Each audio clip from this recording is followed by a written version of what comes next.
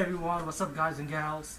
Today I'll be talking about the movie Frankenstein Army, and take this fucking mask off. Okay, when I first saw the trailers for this, I'm like, okay, maybe this movie is bullshit and I can wait. But you know what? It was on Amazon.com instant view for like about $4. So I said to myself, you know what guys and gals? Let me check this movie out. Meanwhile, I was kind of busy watching the documentary of Friday the 13th. I kind of went to the bonus disc first just to get the 4 hours over with. By the way, it's pretty good. It's really good, guys. Trust me, it is. But anyway, let's put this right here. So anyway, the movie starts out with these Russian soldiers. They're attacking the Nazi soldiers. You know, you have this guy behind the camera shooting what's going on to this movie. And to me, if you like Wolfenstein 3D, Doom, or something like, remember Call of Duty when they give you an option, when there's a bonus scene where you fight Nazi zombies? I think you would like Frankenstein Army. The movie, to me, I enjoyed this movie, even though I wanted a little bit more from it. And there was some stupid moments in this movie, but hey, with a title like Frankenstein Army, and we look at these monsters, would you take this movie seriously? I mean, come on, people. I mean, even though the genre has been done before with reanimated zombies, you know, it's nothing new in the genre. The only difference is they have cool weapons hooking up. But we all know that this has been done before. You know, maybe not as a live action movie, but definitely you see it in anime, definitely you see it in video games. Hey, people, for example, Resident Evil 3, Nemesis. You know, Nemesis, the main zombie with the machine gun. I mean, so really, this movie is nothing new, but it's enjoyable for what it was. As the movie progresses, once the soldiers are fighting the Nazis, they come across this town, and you realize this town have dead people, like dead dead nuns, and the soldiers will say like, what the fuck is going on? They stumble upon this factory in this town, and they show this one reanimated zombie with a machine helmet and a machine spike like. And the soldiers were like looking at it while it was like crawling at them, going at them with their arms reaching out. And I said in my mind, why don't they shoot this shit? I mean, look at the zombie, it has a spike, it's ready to kill somebody. And then the captain say, let me push you out of your misery. And he came so close to the zombie holding the arms, and I'm like in my mind, you dead motherfucker. Of course, the captain died. Yep, pretty obvious, you should have killed him while it was on the fucking floor, moving. So anyway, so the new captain is this guy, right? He has the stripes, because he told the younger guy who wants to be captain instead. He told him you can't be captain because I have the stripes. So the guy ended up being cocky. He took a few of the soldiers, went around the town. They spot this guy, and one guy shot him thinking he was a Nazi, and then he was injured pretty much. So they started interrogating him, say want to know what's going on. And the guy started making an offer like, you know, I'm going to take you down where everything is at. So once they went downstairs, the guy that's supposed to feed the animal that they captured to interrogate, he disappeared from underground while the soldiers are left alone underground. And that's when you start seeing all the mechanical zombies start appearing.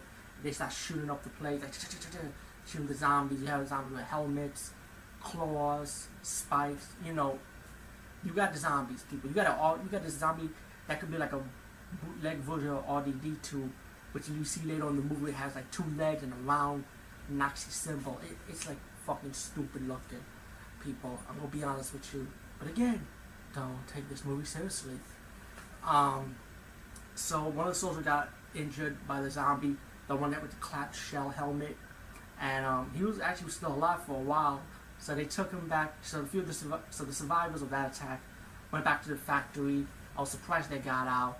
And one of the stupid moments is, man, the guy was holding the camera.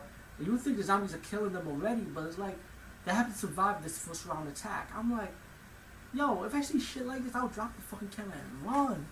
And I know it's only a movie, but still, think about it. I'm like, that's one of the what the fuck moments in this movie, people. Trust me.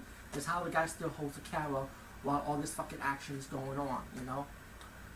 So anyway, one of the soldiers got injured. They brought him back to the factory. The captain saying, this is your fault. Pretty much, the other guy went on his own to do his own thing, leaving these soldiers without his permission. So later in the movie, you see a few of the survivors, like the next few survivors, they come into the factory, the Russian soldiers are capturing them, wondering like what the hell was going on. They probably thought they were Nazis, and as the movie progressed, the mechanical zombies come into the factory, start killing the soldiers. The soldiers start going crazy. They start shooting. So they went to underground again. It's underground the factory, and so the survivors, the Russian soldier survivors, went down underground. They start exploring what's going on underground the factory. They're battling more mechanical zombies. You see some new mechanical zombies, like a round ball, one with like a giant rocket launcher, like I would say. I don't know, some kind of rocket launcher engine, like. And they're battling them out. One of the Russian boys, one of the Russian kids survived the attack, and they still like where the zombies throwing the dead bodies in. So one of the Russian soldiers decided to drag him down that chute, say, "Hey, what do you see?" And then, of course, the little boy died. You could just tell. And then smoke, boom, and then you see this giant, another mechanical zombie. You see the propeller zombie with the propeller, and I'm like, they fight it off. They cut his wire, the mechanical zombie propeller head, and then put in fire. And once they survive that attack, the guy with the found footage camera, you find out that he's like he was recording this whole situation. But the soldiers knew that. But one thing the soldiers did not know is that he had a jammer which jammed his signal. And the Russian soldier got pissed off at him for jamming the signal, and they wondering why he did that, because the Russian soldier wanted the professor, you know, who built these mechanical zombies. So the soldier got mad and he threw the camera guy through the chute while the Russian soldier walked away from him. And then it gets kind of stupid as one of the zombies took his friend, and he thought he was gonna die, but no, he ended up surviving, you know. And I'm not gonna spoil the movie too much for you guys. Calm down. But he was shooting the camera while all these zombies, like, throwing dead bodies, and some of the zombies spotted him. So the Russian soldier with the camera, he was running away. He locked the door. He spotted more stuff going on, and once he saw the zombies play with dragging the dead bodies, like, and then he spotted these two other mechanical zombies, and then all the mechanical zombies are chasing him. And I'd be like, yo, what the fuck? This guy's still alive? Like when the zombies like move, pop out, hitting him, you think he was dead, but now he was still alive. It was like I was like amazed. I'm like, damn, this guy survived again.